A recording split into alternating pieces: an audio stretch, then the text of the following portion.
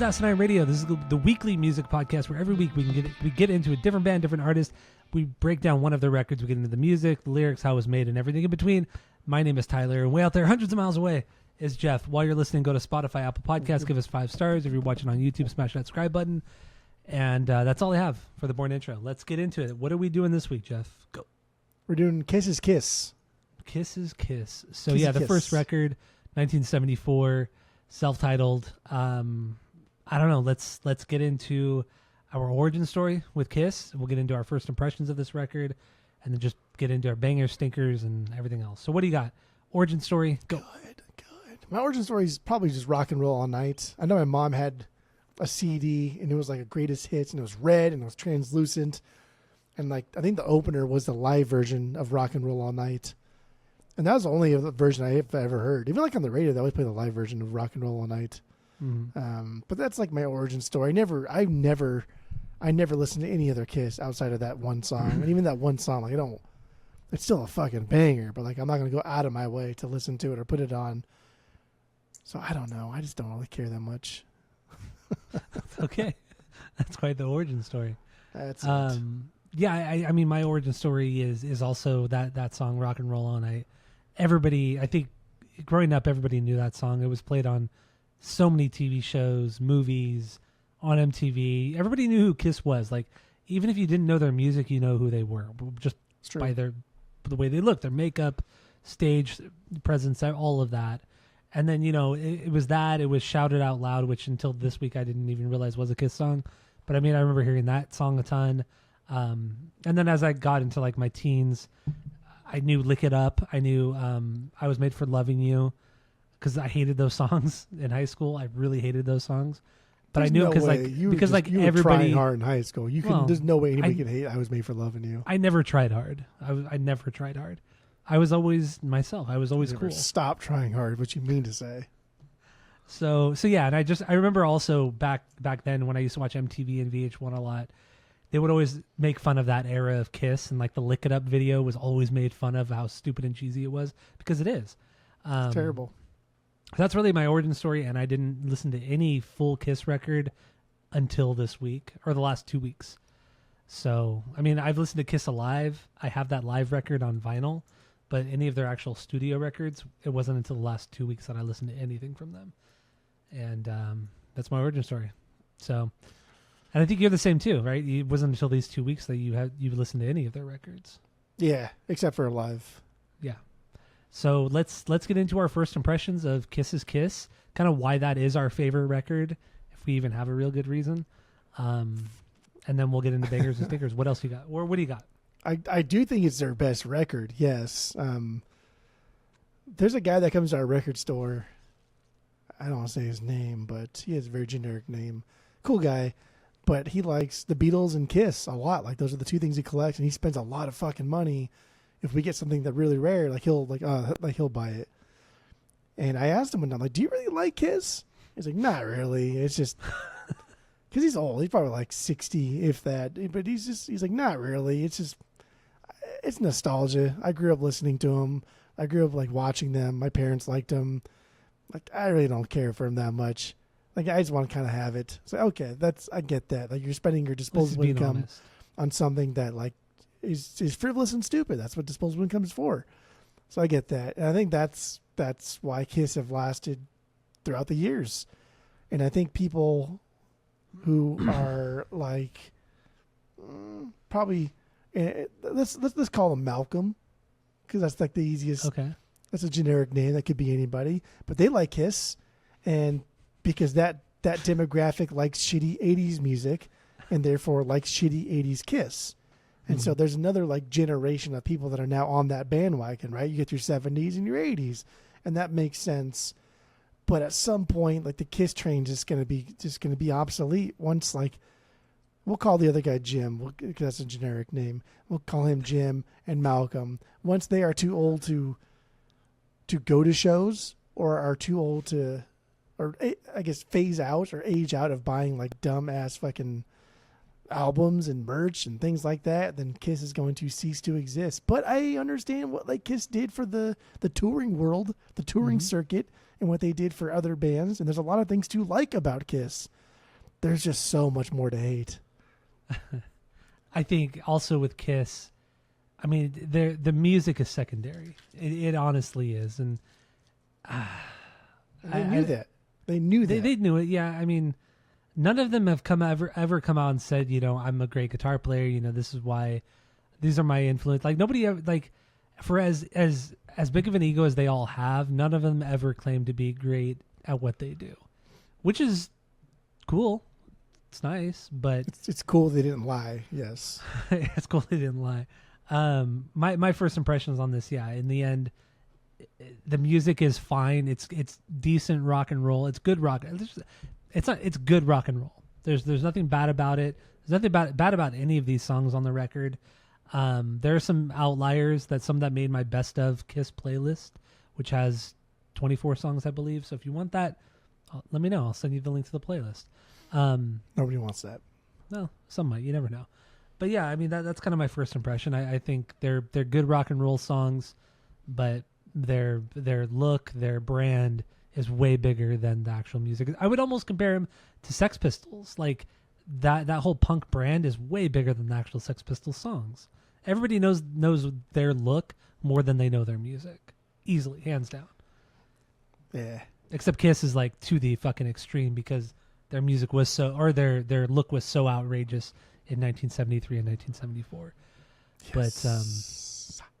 But yeah, there was some other shit I wanted to say, but now did you watch that little video I sent you of Gene? Can't remember her name. Gene on that talk Toady, show. Toady Rosie or Tottenham something. Hotspur or something like that. Whatever her fucking name was. Yeah, that little like piece like summed up Kiss's entire career.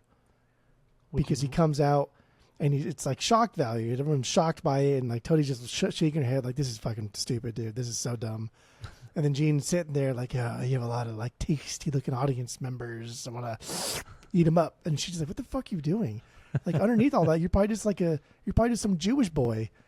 It's like, damn, like some good Jewish boy that your mom loves or something like that. Yeah, and like she called him out, and like that's exactly what he is. It's just some fucking Jewish kid. Like that's just some plain old people, right? There's nothing extravagant about it. But you put on this like makeup and stuff, and now you're just fucking annoying as fuck. And you just play loud music, and that's what it was: makeup and loud music. And goddamn, yeah, they did it well. They did it well. That interview you're referring to, I don't remember the guy's. It was some talk show back in the 70s, and it was like 1974, shortly after this record came out. And Kiss actually performed on that show, but yeah, it was the interview just before the performance. And Gene came out by himself with the costume, the makeup, the platform fucking shoes, acting like a demon. It was so over the top and so. I mean, at the time, I get it was very like nobody else was doing this. Nobody else was doing it. It was so out of the ordinary, and I get it. And he was playing on the goofiness of it, but he probably in the end, Gene probably thought he was really fucking cool doing it. But he played into it, and he played into it well.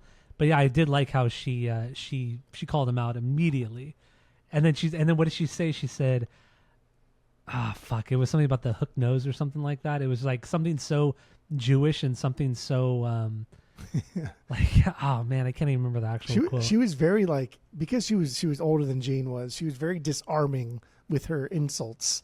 Mm-hmm. Like it was insulting, but it was like, oh, because she's like old and kind of like a motherly figure, it's kind of disarming. Like, oh man, he got me. Okay. Like even after she's like, and she says something like, you can't fool me with that makeup. I know a hook nose when I see it or something like that. And when after she said it, like Gene wasn't mad. He was like grinning, like he's like, hell yeah. He was like, she caught me. Like he respected her, like a little kid. It was like he respected her. And then apparently I read too, like he was actually friends with her after that until she died. Like he was close with her until she died because like he really respected her and all that kind of stuff. And Gene Simmons is an interesting guy. Like there are moments where it's like, damn, dude, you're such a douchebag. You're an asshole. Yeah. But then there are some moments where like, it's cool to be that honest. Like he just, at some points it's just like, he doesn't even give a fuck. And that's kind of what I like about him. But he's so polarizing to me. Like no other guy in the band. I don't get it either. But he's so polarizing. Because there are some times where I think like Gene will do whatever it takes to protect the brand. Yeah. But then I think like claiming that he invented like the devil horns and calling It's Ronnie crazy. James Dio after he just died like a hack and shit like that. And like, bro, like that is not like protecting your brand. Like that's just crazy talk. That's silly. And like the feud with Axl Rose and shit, and it's just like, dude, like what are you doing, bro? Like, I don't know. I agree. Gene is wild. The only thing you could say, I mean, not the only thing, but one thing you could say about Gene and Kiss is that even when they were at their lowest moment, they were never low. They were still selling out giant fucking venues. They were still selling a decent amount of records. Like, I think almost every single one of their records, outside of the last two back in 2009 and 2012, I think almost every single one of those records at least hit gold status here in the U.S., where they sold over 500,000 copies. And that's big.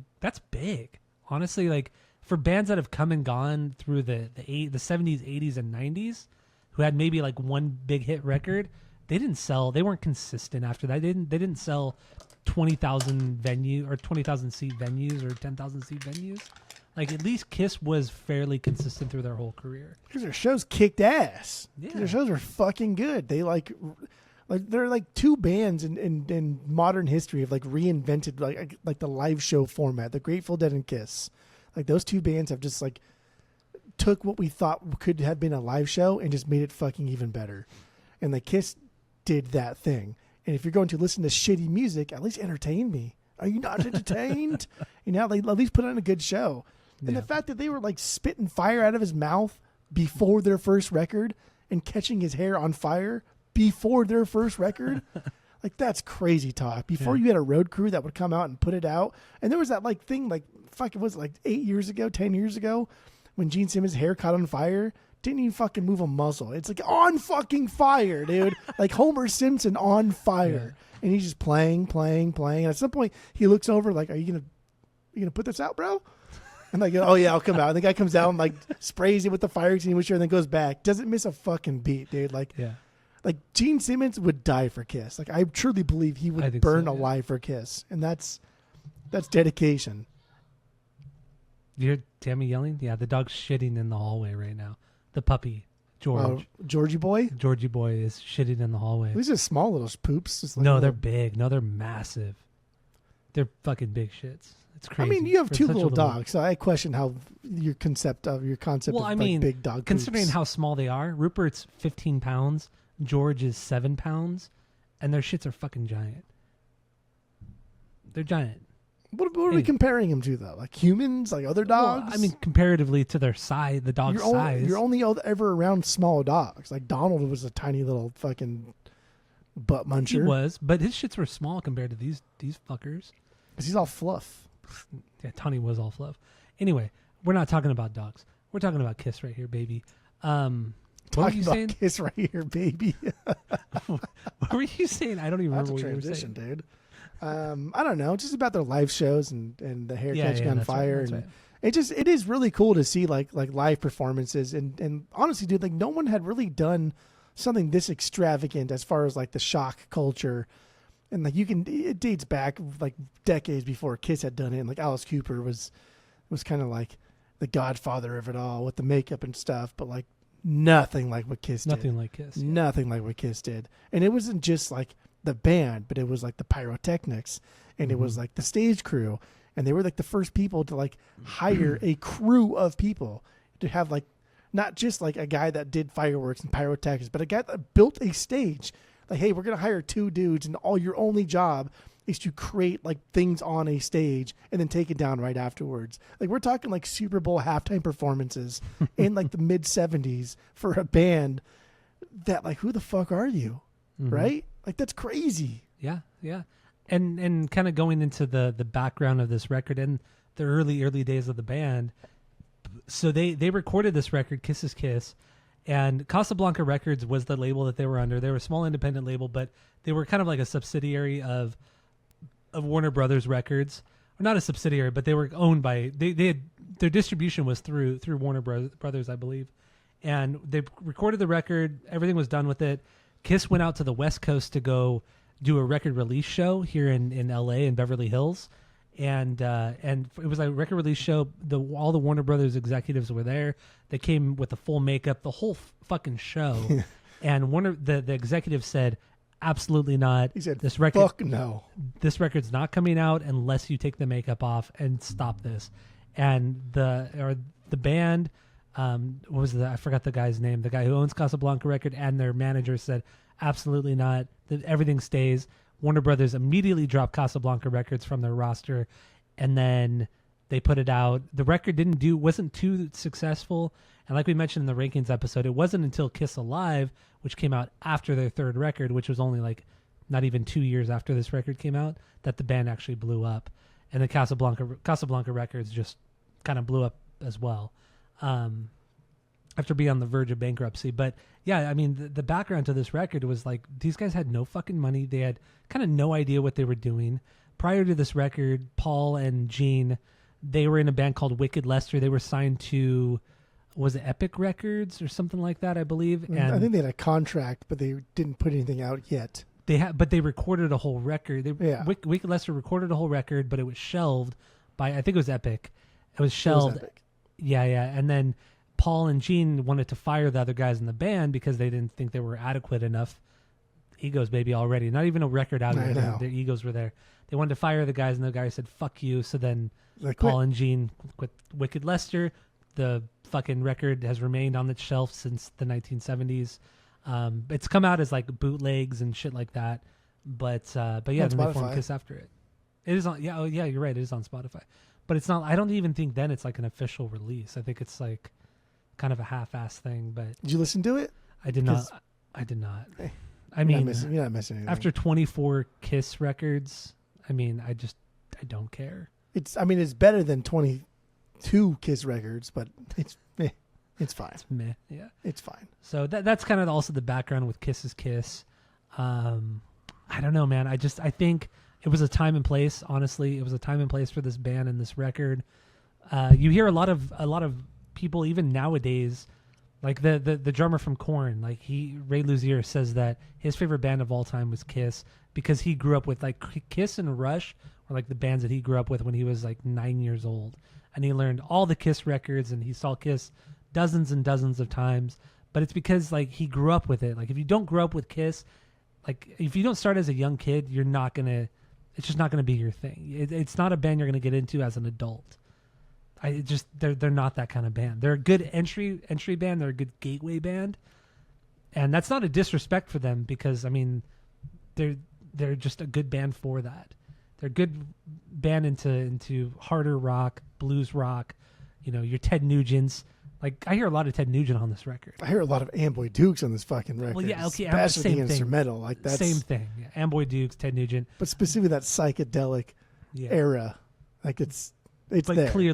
Clearly, Ace and Paul Stanley don't have the chops of Ted Nugent. Like Ted Nugent is so fucking good.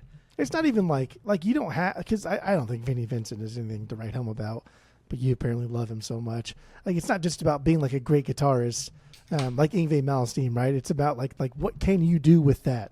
Like just because, yeah, I get it. Just because you can do everything fast or perfect and technical, but let's hear you write your own stuff. And like, oh shit, that sucks. That means you fucking suck. Except just be a flashy ass fucktard. I don't care.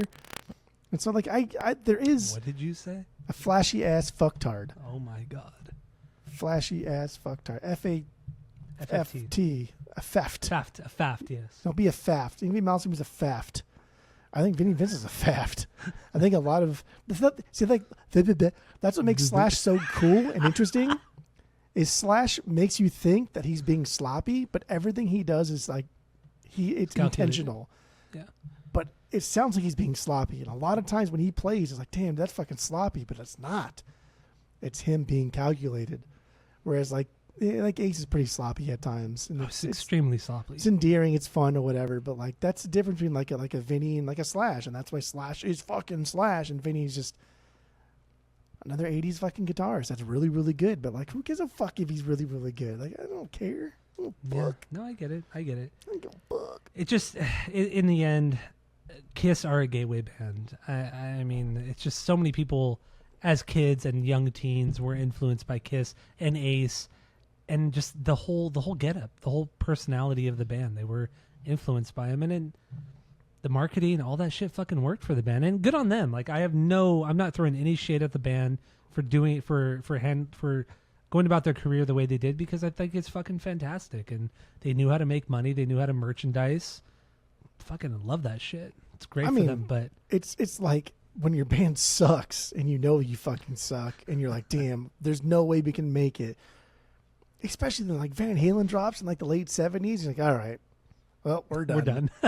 Like, what else can we do? How can we get even close to like Van Halen's fuck Van Halen? off, dude. So like, what do? You double down on the brand, right? Like you say, okay, fuck it, let's lean into this hard. Let's sell more toys. Let's sell more T-shirts. Let's sell platform shoes to girls, and let's sell fucking like a for your hair to boys, and everybody makes a little bit of money, and everybody buys something. What do you call that shit? Hairspray. Hairspray? Yeah. A little chingadere. Hairspray. Yeah. So I get it. I don't not Kiss for really anything, because I mean, like Rivers Cuomo, like one of his favorite, if not his favorite band, is also Kiss. Yeah. And it's like Weezer's my favorite band of all time. So it's kind of one of those things where it's like, even though Jimi Hendrix isn't your favorite guitarist, he's your favorite guitarist. So Kiss serves a purpose. They have a place in time. Their music is of its time. It's nostalgic, but dude, this shit sucks. Even like Kiss is self-titled. This is not a great record. No. And I thought this would be a lot better. I thought this would be way more kind of like garage rocky, just fucking like or even DIY, like just psychedelic. Like I was thinking, I was honestly expecting more psych rock, but it's just like, damn, man, they didn't do anything super well on this record. Everything was just good. Everything was just good.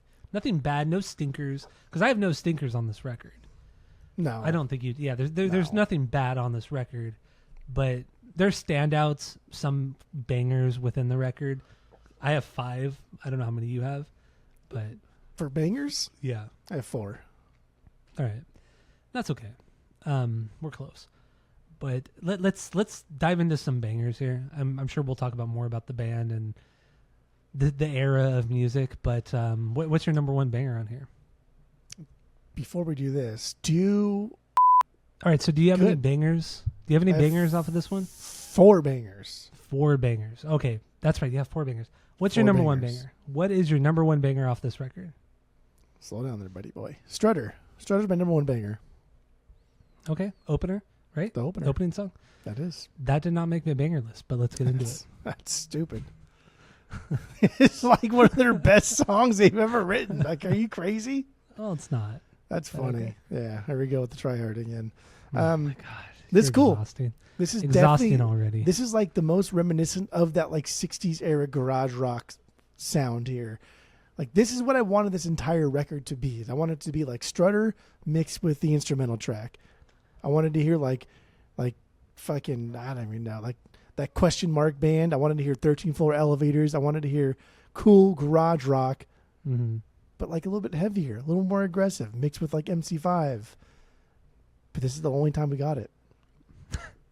I mean, in the end, most of this record it's Rolling Stones with a little bit of AC/DC. That's what this fucking record is.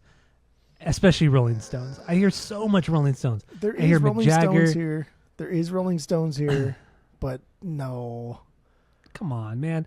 That main riff is 100% Rolling Stones. I know, but like that's not the Rolling Stones are just playing blues music, and Keith Richards is just, he's a shitty guitar player, so he's like, how can I tune me guitar to fucking play fucking anything I want, and and that's just what he did. But like the heart of what this record is supposed to be and is trying to be is more in line of like the Seeds, just like straight up like psychedelic garage rock from the 60s, even like Velvet Underground, the Trogs, like cool stuff like that. That's what this record is trying to be, even though it comes off kind of Rolling Stonesy, but it's definitely not. It's not. I do like some Stone stuff for sure, and we did an episode on it, and I fucking love the Stones, but it's definitely not as dumb as the Stones is. This record is smarter than a lot of the Stones. Really? You think so? Yeah, for sure. I think maybe at moments it's a little bit heavier than the Stones, but I mean, this is also several years after the Stones kind of hit it big in the mid to late 60s. I don't know. I hear so much of those guitar those guitar riffs, and also the way that Paul kind of tries to sing like Mick Jagger. I hear it as well in this record, on this record, especially this song. The guitar solo though, fucking killer guitar solo. And I'm not a big fan of Ace Frehley. I think he's a sloppy guitar player, like I mentioned earlier. But this one was solid. This is a solid solo on this one. It's cool because you get the heavy note chug, right? And then you get the solo in the back. And if that's fucking rock and roll. And that's stuff like the Stones could never do because nobody in the Stones was a great guitar player. Just Keith Richards is like arguably the greatest riff guitar player. But like that's it. They were never great. And like the Stones spent half their fucking career just chasing American music and playing blues rock, and like it's fine and boring. But like right now is when the Stones hit like that stride of like Beggar's Banquet and fucking Exile and Let It Bleed in like the early 70s. And like that's the best era of the Stones. I don't think Kiss is trying to be Stones, even though I think anybody just playing kind of dumbed down blues rock is going to sound like the Stones because the Stones did it fucking like 15 records. And so therefore we all just think like, so many records in the 60s. God damn. They did like, and then it was like American version and the UK version. Like there was like one song difference and it was like, oh my God. I mean, annoying. We did the Stones back in 2020 and I remember we only did the Stones. I think we did 60s and 70s Stones. So we only listened to those records. We didn't dive into the 80s, 90s or 80s through now. Their records. We only did the 60s and 70s records. And even then, I think it was like 16 records we had to listen to. And most of them were in the 60s. But don't forget, that was the time when I listened to everything. Oh, that's right. Yeah, that was the only time where like we didn't agree and you were like, I'm not doing this anymore. I was like, I'm going to keep going. That's right. And I did everything. You did that with Stones. You did that with Deep Purple. You did it with Queen as well. Oh, yeah. I was just like, I can't, like, I don't want to get past, and you did it with Bob Dylan. And I said, I can't get past a certain decade, a certain era. And we just didn't do it. I didn't do it. You did it, but I didn't. But, what Stones did we do? We did Majesty's Secret Service? Yeah, we did Majesty's Secret Service, which is the last. The James Bond movie. No, second to last one they did in the 60s. Okay, yeah. Whatever. Satanic something. The Satanic Majesty's Request it was the one right before their big three, right? The Let It Bleed, Sticky Fingers, and Exile on Main Street. Yeah. That was what we did. But that was almost 5 years ago, 4 or 5 years ago now. But I don't think, and like this just comes from a place where like a lot of this like 60s era garage rock, psych rock is fucking expensive on the vinyls. And so when we get it in, I listen to it and I'm like, oh damn, like this is fucking generic and I don't get it. But okay, like 13 Floor Elevators, like that shit goes for big money. Mm-hmm. And that first record is fucking fine, dude. It's just generic stuff. It's generic at best. Good, but it's still good. But there's better stuff out there. Other bands have done it better. The Kinks were fucking better in the 60s. Like Love was better in the 60s.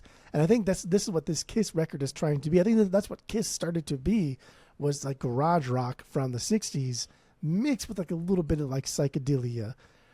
I don't think they were trying to be a blues rock band. Like the Stones just wanted to be American blues and then found their footing later on. But I don't know. I think Strutter is what Kiss like intended to be. Okay. I mean, it is the opener too, so I guess that does make sense. And it has the most hits on Spotify. It has the most hits out of all the songs on Spotify. It has 95 million for just plays. Oh, okay. Just that song. Just that song. Just his record, though. Not over. I Was Made for Loving You. I mean, no. Out of the 10 songs on this record, this has the most plays at 95 million. But it's not their most played song. No. Not by a long shot. Actually, I'm curious now. Let's see on Spotify. There's no way this has more fucking plays than I Was Made for Loving You or Rock and Roll. No, I mean, no, there's not. Or Detroit Rock City. Damn, yeah, I Was Made for Loving You has 1,176,000,000. Yes. And then Rock and Roll All Night has 536 million. So, damn, that's a big difference. That's over double what Rock and Roll has. Wow. Well, I Was Made for Loving You is double what Rock and Roll is. I mean, deserves it. That's shocking. I'm very surprised by that. Double. That's a little surprising. It's kind of pathetic. It is kind of pathetic. It really is. Damn. Okay. Yeah. Sorry. Continue. Do we? No, that's Strutter. Nah, we can get out of here. Also, I just want to overall I want to touch upon the lyrics. The lyrics are terrible on this record. It's very much about chase and tail. You know what does it say? Dazed and Confused, like chasing the muff around. Yeah. That kind of shit. That's what this album is. And they're very superficial, which is fine. It's of its time. These guys aren't trying to make complicated music or deep music. That's okay. That's okay. No disrespect. But lyrics. It's about a hot girl. She gets what she wants, and guys fall head over heels for her. There you go. Strutter. Yeah. She's a strutter, baby. She is a strutter, baby. So that's your 1B. My 1B is Deuce. Deuce. Throwing those deuces. Throwing them deuces. This is not even a beef for me. What are you even doing over here? So this is a Gene Simmons song. It was recorded, or it was written by him prior to Kiss being formed during the Wicked Lester days. I don't know. It's just an upbeat song, especially with that drum beat, a really solid riff. The stop and go parts are really cool. Like you don't really hear Kiss do that kind of stop and go thing, which is cool. Leads and solo, the guitar leads and solo are solid as well. I just like it because it's faster. It's not as like groove based music is cool. Like in Strutter, I get it, but sometimes you just want some excitement, and that's what Deuce is. Deuce is a little bit more excitement. And Peter Criss, he starts with like the just like the double hits on the hi-hats, and just drops into that kind of like really kind of driving beat. Solid. This Great is song. your 1B though? This is my 1B. Like, okay. Made my playlist. This is just like it's very garage rock sounding, and that's very cool. Alice Cooper and I like too. it. But Very like, Alice dude, Cooper. this is like generic early Kiss. Yeah, It's that's it's fine. fun. It's fun, but like there's nothing substantial here. Like the best part is the solo because like the loud rhythm is underneath it, and like it leads up to like a wild last part of the song. Mm-hmm. But otherwise, like this song's fine, dude. It's meh. Okay, that's fine. I in the end, none of these songs are spectacular, but I mean, it's just right now. This is the best song on the record. I guess if I had to like even go back and just be like really objective and honest, Strutter and Love Theme from Kiss are the two only actual bangers. I give 2 passes to 2 other songs, but really those are the only 2 songs I think like, dude, those are fucking good songs. What was the other song? So I assume it's your 2B. Love Theme from Kiss. Love Theme from Kiss. Yeah, the instrumental. And that's just because it sounds like fucking Amboy Dukes, and that's exactly what I want. Yes, exactly. So fucking let's get past Deuce. Who cares? Let's get Love Theme from Kiss. This is it's the instrumental. I think it's like 2.5-3 minutes long, and yeah, it's very much. Is this Amboy a B Dukes. for you? Yeah, it's my 4B. Wait, it's my 4B. Yeah, 4B. I can't wait to hear what other horrible songs you like. I think you just also really like this because it's an instrumental. Yes. And you were just so tired of Gene and Paul singing, so because they're just like, I mean, I don't know what we were supposed to do on this episode because we just did it with Stained and how horrible that band was and how much people like them, but this is on a different level of like people, but like people like Stained, people die for Kiss, right? Like we're comparing apples to fucking bazookas. Like Kiss is so much on a higher plane than Stained could ever be. True. But Kiss is bad. Like they're not good. I think I would never call Kiss bad. I would say that they're called them bad. they're good and okay at times. Like once again, they're okay none of them at times. You just said the Elder Scrolls is the worst album you've ever heard in your fucking life. Overall, okay at times. Overall, okay. Let me take a couple steps back here. Overall, they're good to okay at times. You're right. I mean, Elder, not fucking Elder. The Elder? Music from the Elder.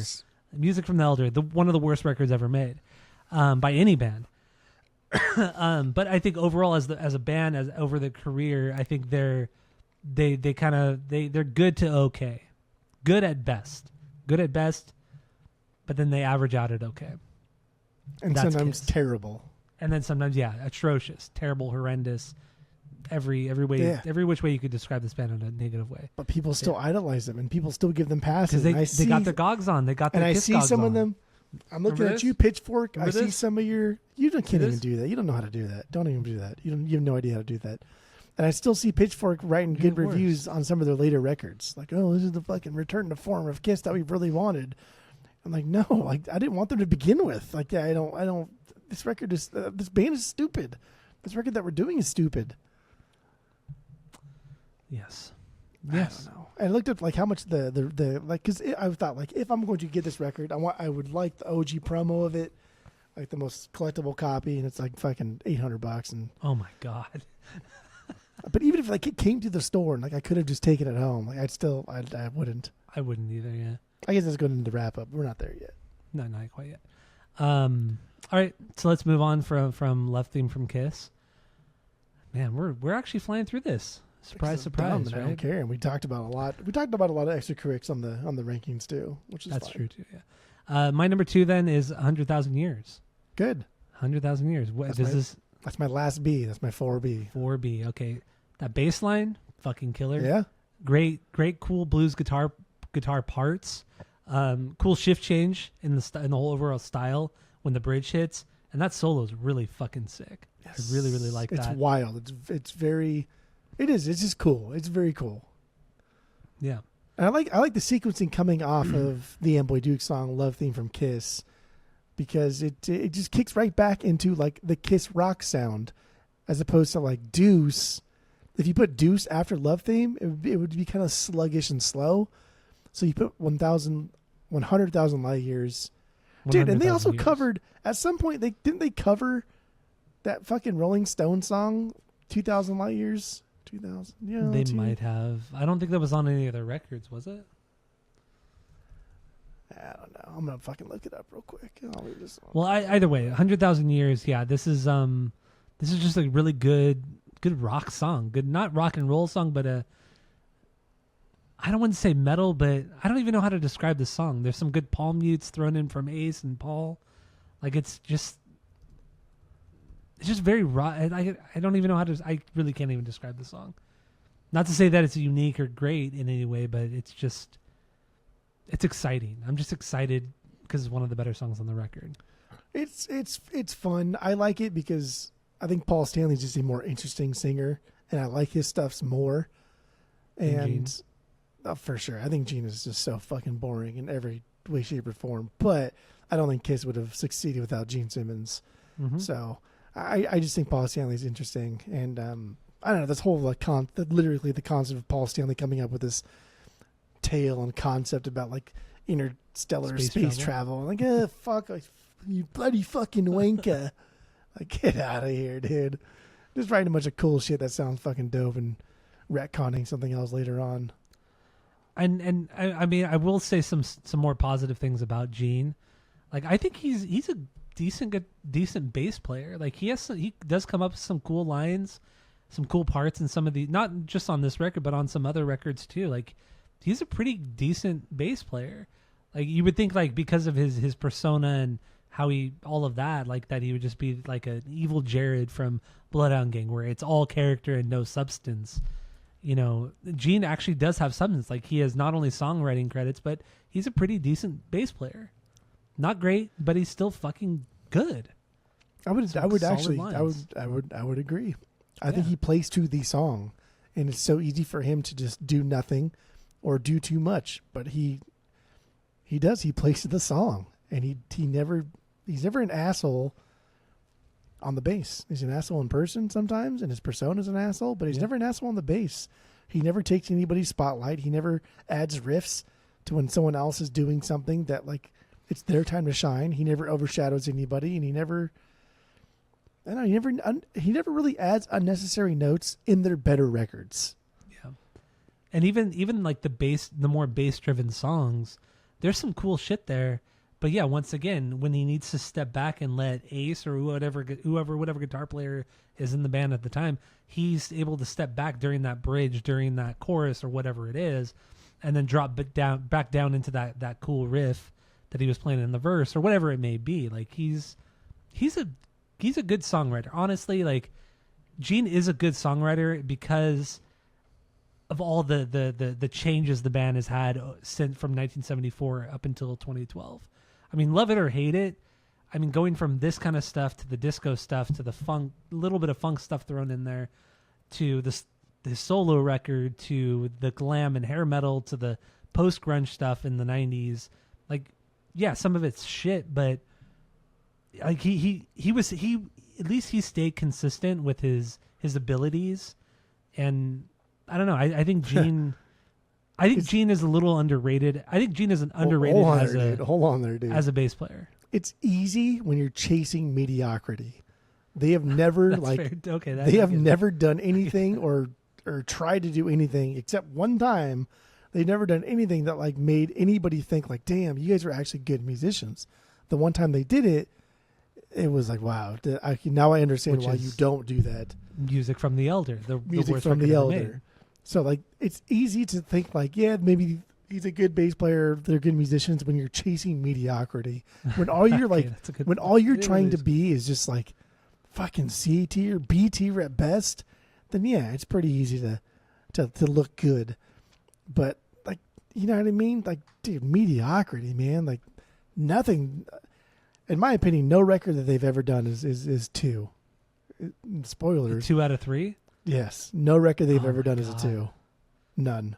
So if people have never listened to this podcast, 3. So we have a 3-point rating system where 3 is a perfect album, 2 is a good album you're going to continue to listen to, 1 is a bad album, give it a shot, and 0 is the worst thing you've ever heard. So nothing is something you should ever hear. That's crazy. No, nothing is you should ever like be listening to again.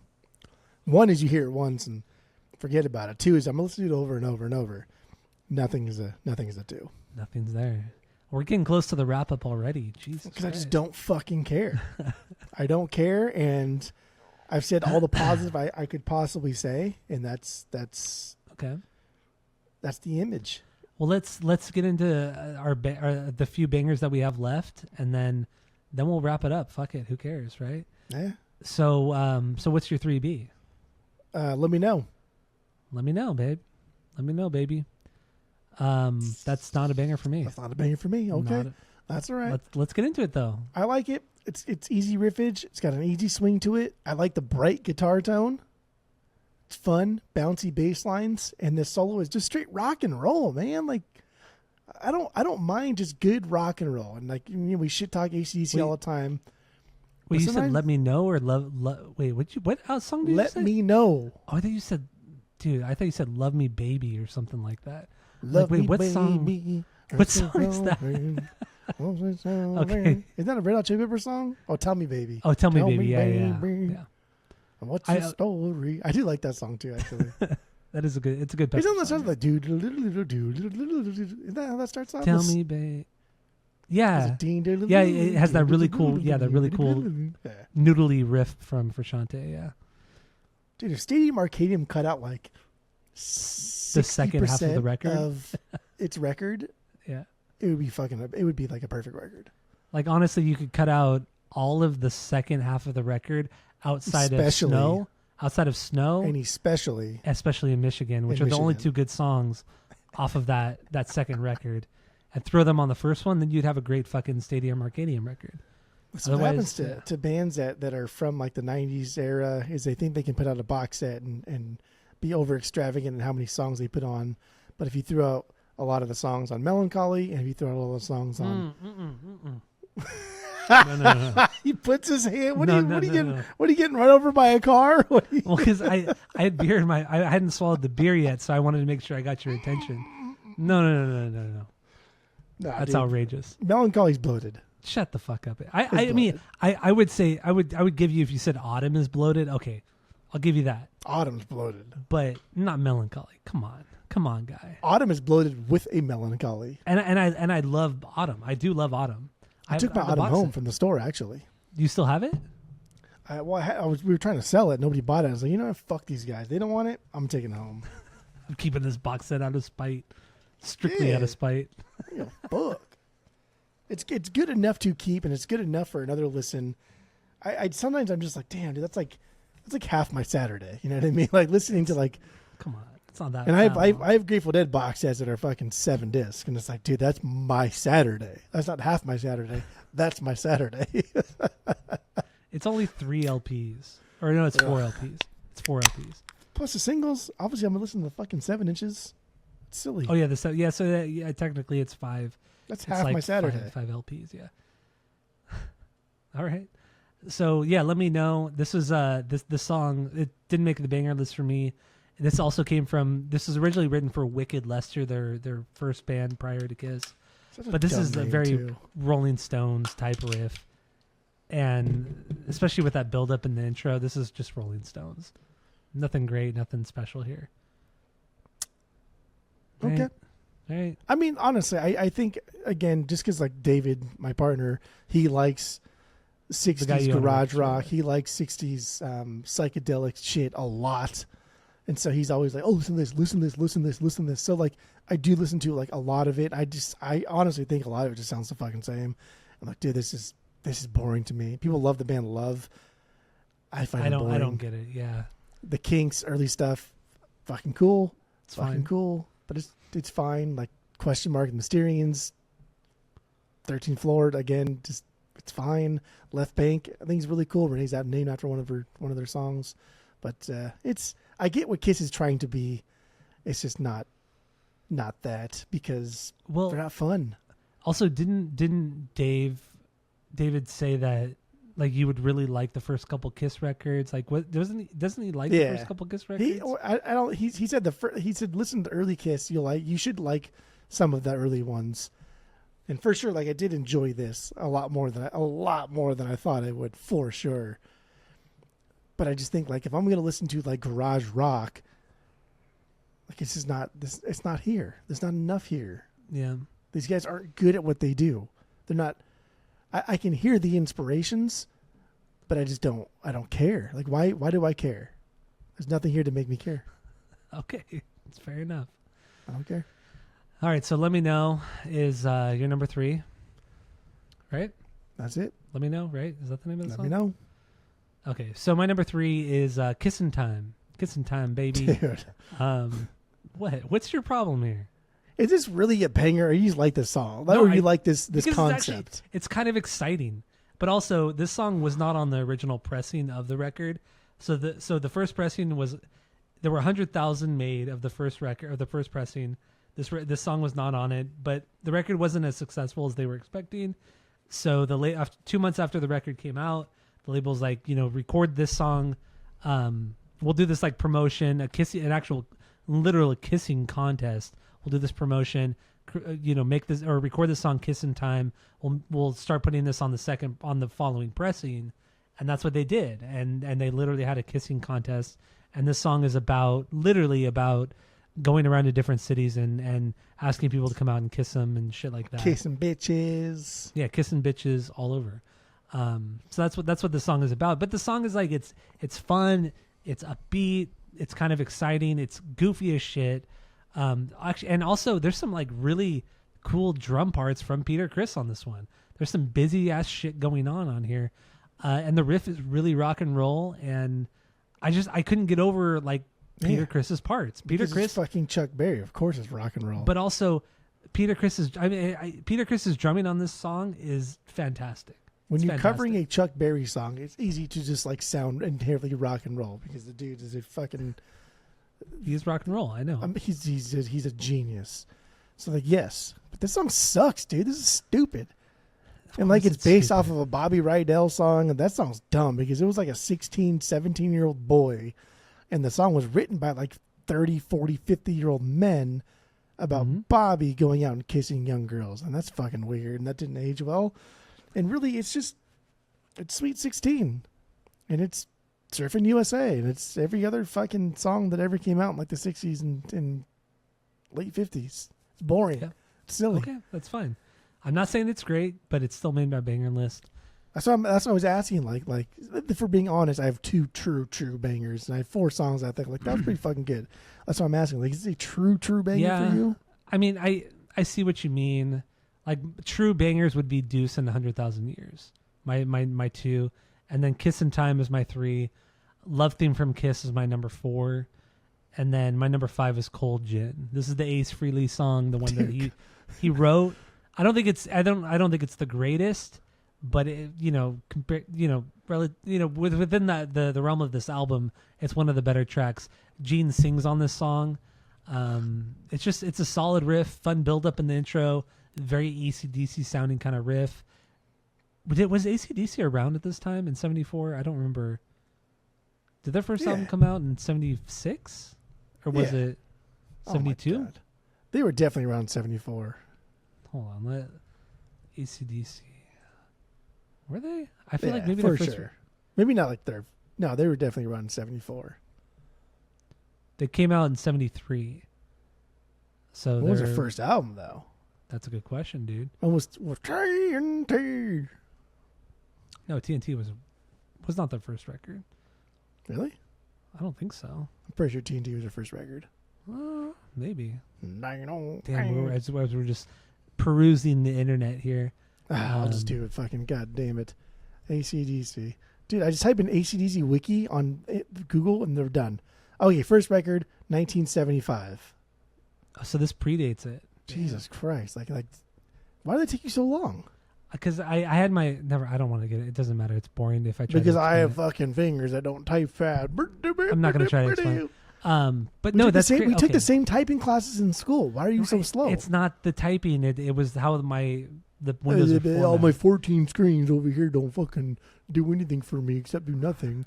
TNT is actually their second record from AC/DC though. What was the first one then? It's called High Voltage. Oh, High Voltage. Okay. With which I don't. Any of these songs I don't really know. Oh, she's got. No, it's not the right one. No, I don't know any of these songs. All right. Well, anyway, yeah, I hear a lot of AC/DC on here, and I guess this is before the AC/DC was even around. So whatever, it doesn't matter. Good Harms too on Cold Gin, and anyway, I don't know. I don't think it's the best song. Lyrically, it's very very stupid as too. It's him just being too drunk to fuck, and then realizing or knowing that if he drinks some cold gin, that'll make him get a boner and he can go fuck. It's just like, come on, man. Cold gin. It's just stupid. Drinkers. It's kind of fun because I just on the thing there it said that Rivers claimed that this was the first song he ever learned on the guitar, which makes sense because it's a fun song. Like the pacing of it is really fun. Like the pacing dynamics, it'd be a fun song to pick up on and perfect. Much like how we did that Get It Faster Jimmy World song, because like that pacing and that little breakdown bridge part is really fun to do. There's a lot of that here, and the leads / solo are easy to learn on this one. So that's kind of fun. That's makes cute. Sense. Yeah, makes sense. All right. I mean, that's all I got for the bangers here. I mean, I feel like we did a decent job diving into this, especially for a couple guys that aren't Kiss fans. We didn't grow up on Kiss, but I feel like we did a good job. So let's give our final thoughts on this record. Rate it based off our world famous 3-point rating system, where 3 is a perfect album, 2 is a good album you're going to continue to listen to, 1 is a bad album, give it a shot, and 0 is the worst thing you've ever heard. So what do you got, Jeff? Go. I get it. I get it, old guys, Desi and everybody else that are old and listening to this. I get why you like Kiss, but I'm not the biggest fan of the Beatles, right? And we've heard this before, whatever. But I get what the Beatles did for music. Kiss didn't do anything for music. Kiss did probably more than any other band in history for stage performances. But Kiss did nothing for music. This music is stupid. It's dumb. It's at best it's fine. That's good. At worst, it is hot garbage. They get a free pass, and they've gotten free passes and free passes and free passes, and they. Oh man, this band sucks, dude. I don't have a lot of nice things to say about this band. That's fine. I mean, it's a brand, and they marketed themselves very, very well, and it was just incessant touring, and it was putting on a good stage show, and that will go a long way. I will go see a band because people will say, dude, you got to see this band live. Their music sucks, but fuck, dude, you got to see that band live. I am more interested in that than I am in the music's so good. Animals as Leaders, right? And fucking what's the other band that's boring as fuck that you like? Shut the fuck up. What's the other guy? They're really good. I saw them live one time.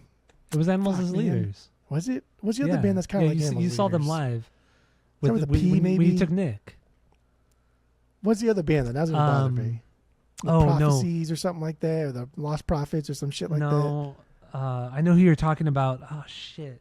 That starts with a P though, right? Am I right with the P? I think you're right. Animals Leader. Like when I saw him live, I was like, my God, I can just listen to the fucking album. Like I can literally just stream this on Spotify. They're and so perfect live. And there's nothing different about this performance, right? So there's like definitely two sides of that coin. And I'd rather see Kiss live than I would Animals as Leaders live, because I'm going to have more fun with the visual experience than I am with like the auditory experience. So I get why Kiss had served a purpose through the 80s, and it's just stupid. This music is stupid. This record is not very good. I don't think, outside of the Kiss persona, like no one's going to be talking about this in the way they will, like we've talked about with like 13 Floor Elevators or the Kinks or Question Mark or anybody of the other garage rock psychedelic bands from the 60s. This is a 1.5. This is a 1.5. It's cool. I'm glad I listened to it. I may come back to it every now and then. So that makes it a 2. If you're gonna go back to it, it makes it a 2. No, because a 2 is like I'm gonna go back to it like over and over, and like I maybe don't love it, but like this is enough for me to go back. When I go back to this, it's because like somebody trains in the promo copy. I'm like, let me just spin this one more time to make sure I don't want to just take this home. And that's it. It was a good listen. I'm happy we did it. I'm happy we did Kiss. They're better than Stained. I'll give them that. That's true. Yeah. I get this. My one sentence wrap up is they're better than Stained. 1.5. All right. My final thoughts. Yes, musically, I think they're good. Periphery. Yes, there you go. Yes, that was the band that you saw. That's right. So Kiss, their music is good. I don't think it's breaking down any sort of. I don't think it's doing anything great. Fuck, I'm just repeating myself. Honestly, I hate this band. They're just fine. I am glad that we did Kiss, because I was looking forward to doing Kiss, because I've never taken a deep dive into them. And I saw on Billy Corgan's podcast, he had Gene Simmons on, and that's literally why I brought this up a couple weeks ago to do it, because Gene Simmons was on the podcast. I thought, fuck, we've never done Kiss, let's do it, and that's why we did it. It was Billy Corgan. What's more boring than listening to like Kiss? Listening to a podcast by Billy Corgan talk about Kiss, or talking to Gene Simmons. Yes, that's something, dude. That was I watched the whole hour. That's dedication. So yes, so that's honestly why we did it this week, because of that. That was the root of it all. But I'm glad we did it, because now you and I have we have a good base to like make fun of people, or when people bring up Kiss, it's like, well, they weren't really that great, and here is why. Like we can actually give evidence and back up our arguments, not just say like I don't know too much, or they're just dumb because their makeup. Now we have a reason why we don't really like them, but then we also appreciate why they were as popular as they were, because of their stage presence. What they were doing in the 70s was significant, and it was different, and it was loud and extravagant and dangerous in the 70s. But musically, they're just kind of mediocre, and that's okay. That's totally fine, but it's not something I'm ever going to go back to. I would never go back to this record unless somebody I know really wanted to listen to it, but I'm never going to go out of my way to listen to it. And I don't think anybody really needs to listen to any Kiss record, because so many bands have done every single one of these records better than them. But also live stage presence, performance wise, they're one of the greatest easily. And with this record, I will also give it a 1.5. I'll give it a 1.5 because it's not bad. Never go back to it. They good performances on the record, but they're not great songwriters. They're not great musicians. They're just good. I will keep my Kiss Alive record on vinyl, because honestly, those are great performances. I did listen to that record again this week. It's keep a good record. Yeah, I'll keep it because it's kind of the best of the first 3 records, but done like in a more exciting way. It's loud. It's aggressive. It's fun. I mean, yeah, it's heavily overdubbed, that live record, but it's fine. Who cares? I don't give a fuck. Everybody did it. Everybody fucking did it. Yeah, that's true. So yeah, 1.5 out of 3 for me with Kiss, and that's all I got.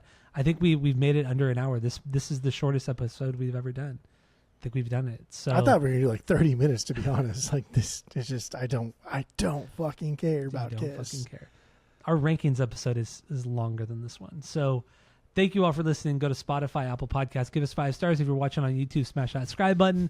And that's all we have. We're going to get into some shit next week that we actually enjoy a lot. So thanks for listening. And that's it. That's all. Philly Lord. For the